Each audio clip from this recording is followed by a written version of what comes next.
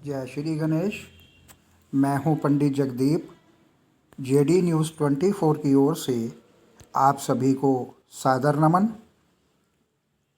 हथेली में किस रेखा से पता चलता है संतान सुख का? आज के इस वीडियो में हम इसी टॉपिक पर चर्चा करने जा रहे हैं, लेकिन इससे पहले कि इस वीडियो को आगे बढ़ाया जाए, पहले जानकारी लेते हैं दिव्यादीप ज्योतिष कार्यालय की।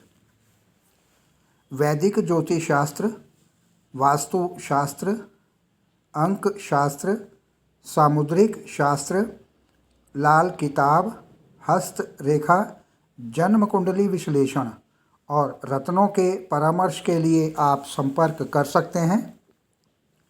हमारे संपर्क सूत्र हैं 9318268239 अन्य संपर्क सूत्र है 7018797214। इस जानकारी के बाद अब पुनः वापस लौटते हैं आज के इस वीडियो पर। हस्तरेखा विज्ञान में आपको अपनी हथेली की रेखाओं के अवलोकन के माध्यम से अपने भविष्य में बहुत सारी जानकारियाँ प्राप्त होने का अवसर प्राप्त होता है, जैसे विवाह, आयु, कैरियर अथवा संतान आदि की।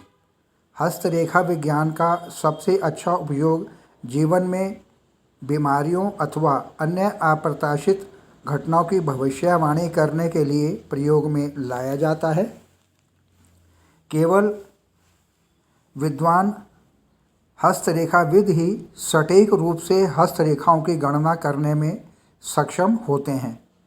नवदंपति की तमन्ना होती है कि उनको जल्द से जल्द संतान की प्राप्ति हो जाए।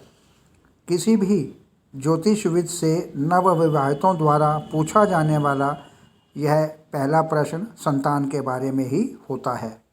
आपकी इस प्रकार की इन सभी जिज्ञासाओं के जवाब जन्म कुंडली के अतिरिक्त हस्तरेखाओं के अवलोकन करने से भी मिल सकते हैं।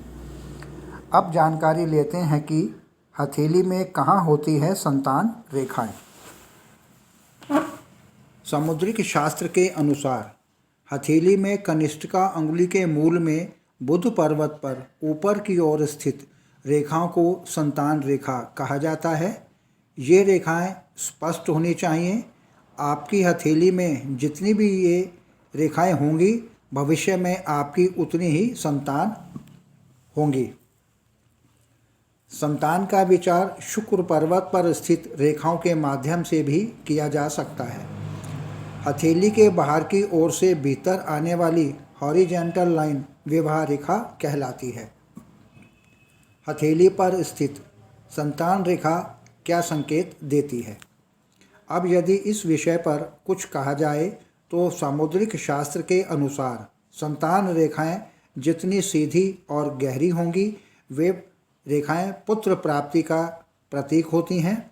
वहीं यह रेखाएं जितनी हल्की या बारीक होंगी, वे संतान कन्या की संख्या को शो करती हैं। यदि हस्तरेखा विशेषज्ञ की माने तो संतान रेखाएं साफ, स्पष्ट, बिना कटी फटी होनी चाहिए। ऐसी रेखाएं उत्तम संतान का प्रतिनिधित्व करती हैं। सामुद्रिक शास्त्र कहता है कि यदि हथेली में स्थित संतान रेखा पर द्वीप चिन्ह हो तो वह संतान के खराब स्वास्थ्य को दर्शाती हैं। यदि आपकी हथेली में संतान रेखा पर तिल है तो ऐसा होने से संतान प्राप्ति में समस्या उत्पन्न हो सकती है। यदि आपकी हथेली में संतान रेखाएं कटी फटी हों तो संतान सुख प्राप्त नहीं होता। सामुद्रिक शास्त्र के अनुसार हथेली में संतान रेखाएं ऊपर से नीचे की ओर जाती हैं और यदि यह अंत में जाकर दो भागों में विभक्त हो जाएं तो संतान को भारी संकट का सामना करना पड़ सकता है। हस्तरेखा विज्ञान के अनुसार यदि संतान रेखा पर लाल तिल है तो संतान की अल्पायु हो सकती है। जिन लोगों का बुध पर्वत उभरा हुआ होता है उनकी 2 से अधिक संतान होती हैं। वहीं यदि जिन लोगों का शुक्र पर्वत उभरा हुआ हो उन्हें एक संतान प्राप्त होती है। तो यह था आज का वीडियो जिसमें हमने संतान संबंधी चंद स्थितियों पर चर्चा की। यदि आपको हमारा यह वीडियो पसंद आया हो तो इसे आप अपने स्वजनों को अवश्य शेयर करें।